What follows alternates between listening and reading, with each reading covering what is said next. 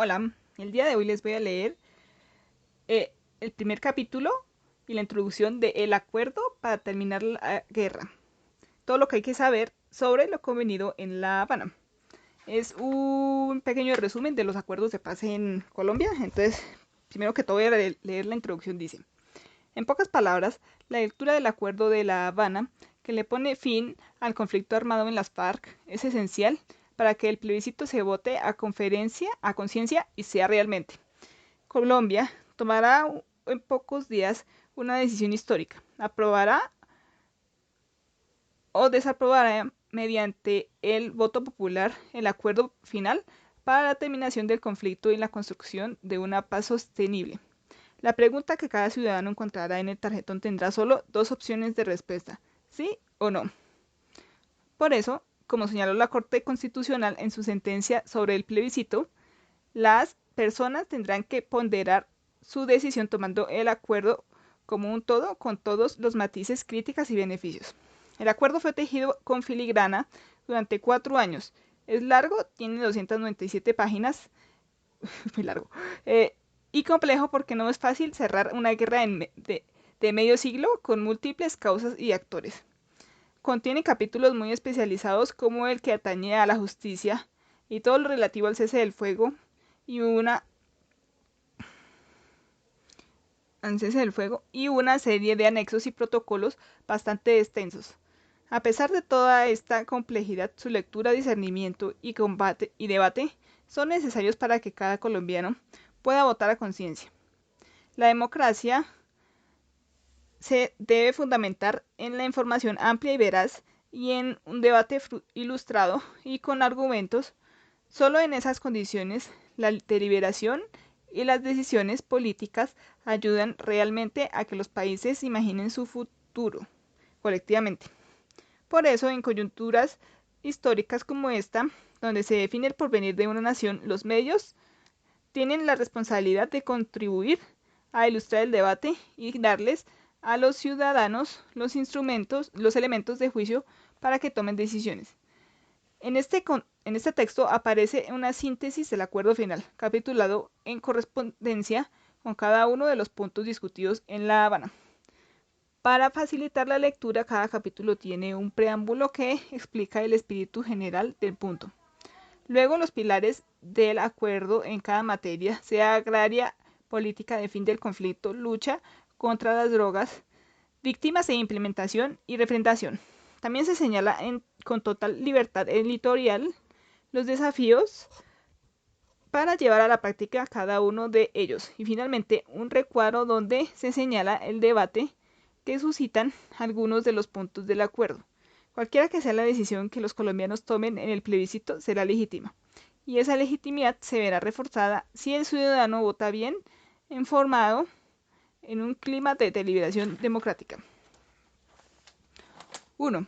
Hacia un nuevo campo colombiano. El gobierno y las FARC reconocen en este punto que el problema agrario ha gravitado en el conflicto armado durante el último siglo y ha incidido en la persistencia de la violencia. Por ello, coinciden en que resolverlo es esencial para construir una paz estable y duradera. En el acuerdo se hace una propuesta integral de desarrollo rural con énfasis en el territorio, dirigida a superar la brecha de pobreza y desigualdad que hoy existe en las regiones, tanto en lo social como en lo económico y político. Por esta razón, no se limita a dar acceso a la tierra, aunque este aspecto en su columna vertebral, sino que reconoce la necesaria intervención en infraestructura, comercio, educación, participación, ciencia y tecnología, etc. Ninguno de los aspectos acordados pone en cuestión ni a la agroindustria, ni a la gran propiedad, ni mucho menos a la propiedad privada. Por el contrario, establecen la necesidad de aclarar títulos y propiedades sobre el suelo para lograr un verdadero desarrollo económico. No obstante, se hace especial énfasis en la necesidad de democratizar el acceso y uso de la tierra, pues hay suficiente evidencia de que la desigualdad en el campo es un obstáculo para el desarrollo y modernización del país. También resalta la economía campesina SINA al reconocer que ha sido durantemente golpeada por el conflicto y que es esencial para el producto de alimentos y la superación de la pobreza rural. Las claves del acuerdo. 1. Democratización del acceso y uso de la tierra. El acuerdo contempla tanto la entrega gratuita de predios como los subsidios para la compra y créditos especiales a través de los siguientes instrumentos. Fondo de tierras. El eje de este punto son 3 millones de hectáreas para campesinos que carecen de leña o tienen muy poca. Estas tierras son inembargables e inalienables. Por 7 años, ver recuadro. Formalización de los títulos. Más del 60% de los predios rurales en Colombia tienen propiedad informal o carecen de títulos. El acuerdo busca que esa situación que ha dado pie al desalojo y a múltiples conflictos se supere. La meta es formalizar 7 millones de hectáreas. Asimismo, mantener el programa de restitución de tierras y crear una jurisdicción agraria para proteger los derechos de propiedad. Catastro rural. Aunque este ha sido un plan del gobierno desde hace años, no se había logrado en parte justamente por el conflicto. El catastro ordena el sistema de propiedad y puede tener un gran impacto en las finanzas de los municipios, ya que a través de este se establece el impuesto predial. Actualmente, el recaudo de este gravamen en el sector rural es ínfimo. En los acuerdos se habla de que el predial debe ser progresivo y equitativo, es decir, que quien más tiene más paga. Esto contribuye a combatir el latifundio improductivo.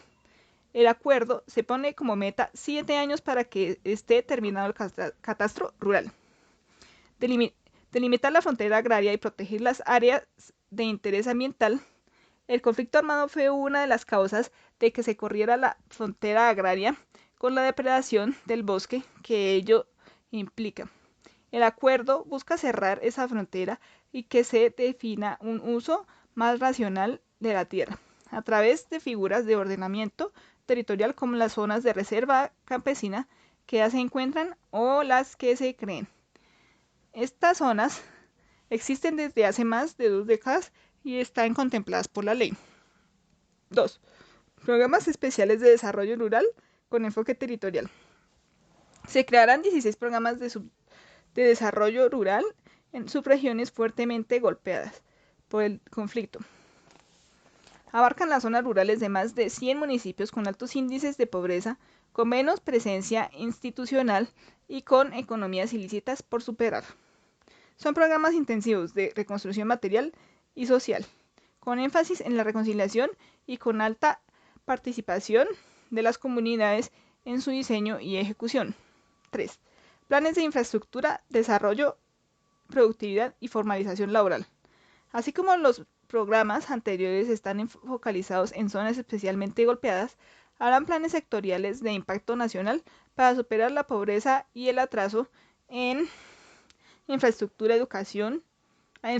salud, educación, asistencia técnica y para mejorar la calidad del empleo en el campo. 4. Seguridad alimentaria. En el sector rural existe el hambre y es donde mayor impacto tiene la pobreza y la indigencia. También se hará énfasis en la economía familiar para mejorar la calidad de vida y bienestar de las personas que habitan el sector rural. Los desafíos. El dinero y los tiempos. El desafío de sacar a las familias campesinas de la pobreza es monumental y todo dependerá de dónde se comience y cuáles metas se tracen de corto, mediano y largo plazo. 2. Se necesita a los privados. El Estado no tiene los recursos para un desarrollo rural integral dado al atraso de décadas. Por lo tanto, requiere inversión privada y extranjera, lo cual genera resistencias en algunos sectores y comunidades. Se trata más de tener reglas claras que de demonizar su participación. A propósito, ya está diseñado un paquete de incentivos tributarios para que las empresas inviertan en las regiones por recuperar en el posconflicto. 3. El acuerdo no menciona actividades rurales diferentes a las agropecuarias.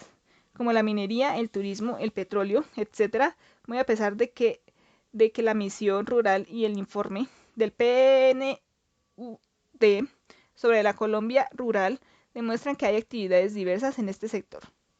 Es decir, que queda pendiente un ordenamiento territorial del país que sirva de marco a este acuerdo agrario. Bueno, esta fue la lectura del primer capítulo del resumen de los acuerdos de paz. Bueno, gracias por escucharme, espero que estén muy bien. Hasta luego.